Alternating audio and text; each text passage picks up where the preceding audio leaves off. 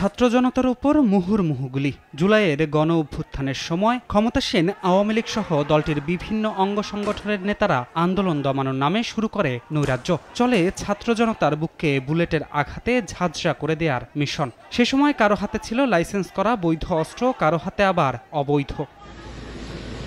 আন্দোলনে এসেছে বিজয়। পদত্যাগ করে দেশ ছেড়ে পালিয়েছেন আওয়ামী লীগ সভাপতি শেখ হাসিনা। এরপর কয়েকজনকে গ্রেফতার করা গেলেও এখনও পলাতক দলটির বিভিন্ন পর্যায়ের নেতারা। এমন অবস্থায় প্রশ্ন ওঠে, আন্দোলন দমাতে ব্যবহৃত অস্ত্রগুলো এ কদিনেই কোথায় গেল, নাকি এখনও আছে দলটির নেতাকর্মীদের হাতেই?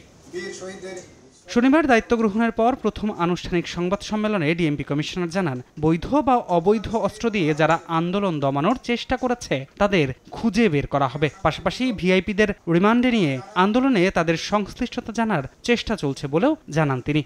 আরএফএল গ্যাস স্টোভ 25% গ্যাস সাশ্রয়, তাই টাকাও বাঁচে 25%। লাইসেন্সকৃত অস্ত্র ব্যবহার হয়েছে এগুলোতে, আবার ইলিগাল ফায়ারআর্মসের ব্যবহার হয়েছে।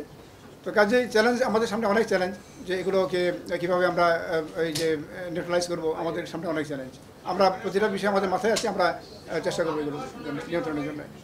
সাম্প্রতিক সহিংসতায় পুলিশের উচ্চপদস্থরা সাধারণ পুলিশ সদস্যদের করেছে ছাত্র জনতার মুখোমুখি। ফলাফল শুধু এ বাহিনীতেই আহত 427, নিহত 14। শুধু তাই নয়, জনতার বিপক্ষে গিয়ে পুলিশ হারিয়েছে মানুষের আস্থা। ডিএমপি কমিশনার জানান, জনগণের আস্থা নেই এমন কোনো কর্মকর্তা আর ডিএমপিতে থাকবে না। দায়িত্বে আসবে নতুন মুখ।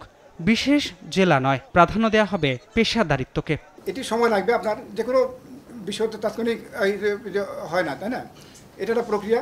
তবে আপনারা এটা যে পরিচ্ছন্ন পুলিশিং দেখতে পাবেন, পরিচ্ছন্ন দেখতে পাবেন, নিউ ফেস দেখতে পাবেন। আর যাদের আস্থার সংকট বলছেন, এনারা থাকবেন না। সংবাদ সম্মেলনে যাদের অপেশাদার আচরণের জন্য পুলিশ জনগণের প্রতিপক্ষ হয়েছে তাদের বিরুদ্ধে আইনগত ও বিভাগীয় ব্যবস্থা নেওয়ার প্রক্রিয়া চলছে বলেও জানান ডিএমপি কমিশনার। ধ্রুব ব্যানার্জি, সময় সংবাদ, ঢাকা।